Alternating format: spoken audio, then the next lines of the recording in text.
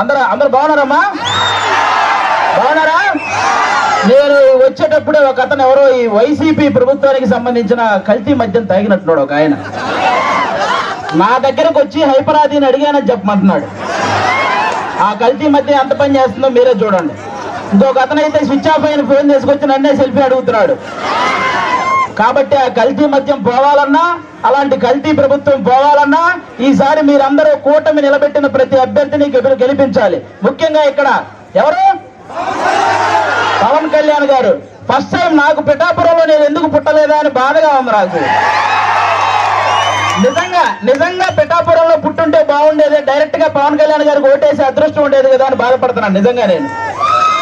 కాబట్టి ఇవన్నీ మీరు గమనించి ఈసారి పవన్ కళ్యాణ్ గారిని భారీ మెజారిటీతో గెలిపించాలి. దానికోసం ఇక్కడ కృషి చేస్తున్న మన వర్మ గారికి, అలాగే బీజేపీకి సంబంధించిన కృష్ణరాజు గారికి, ఇద్దరికి కూడా చాలా పెద్ద థ్యాంక్ యూ. అందరూ వాళ్ళిద్దరికి ఒకసారి గట్టిగా క్లాప్స్ కొట్టాలి మీరంతా. వాళ్ళిద్దరి సపోర్ట్ లేకపోతే ఇక్కడ ఇంత జరగదు. అలాగే ఈ వైసీపీ ప్రభుత్వం మిమ్మల్ని ఏం చెప్పి ఓటు అడుగుతుంది?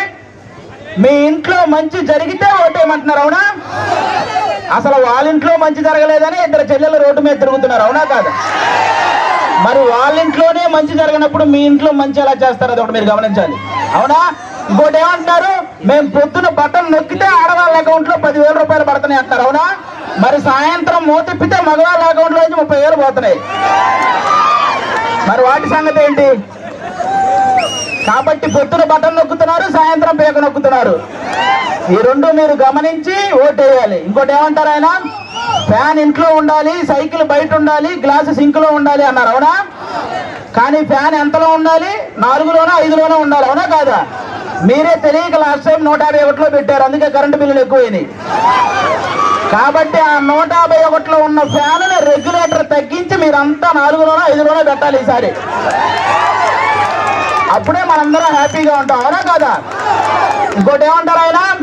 మేము సింగిల్ గా వస్తున్నాం, మీరంతా కలిసి వస్తున్నారు అంటున్నారు, అవునా? మన ఇంట్లో ఒక దొంగ పడితే ఏం చేస్తామమ్మా మనం? ఒక 3-4 కలిసి తరిమి కొడతామా లేదా? మరి రాష్ట్రంలో ఇంతమంది గజ దొంగలు పడితే మరి తరిమి కొట్టాలా లేదా అమ్మా మనందరం? మరి కలవాలా లేదా? చెడును చంపడానికి ఎప్పుడూ మంచి కలిసే వస్తుంది, అవునా కాదా? ఇక్కడ రీసెంట్ గా వంగా గీత గారు వడదెబ్బ తగిలి పడిపోయారని విన్నాను, అవునా? కానీ 5 సంవత్సరాల నుంచి మనకి ఎన్ని దెబ్బలు తగిలినాయమ్మా?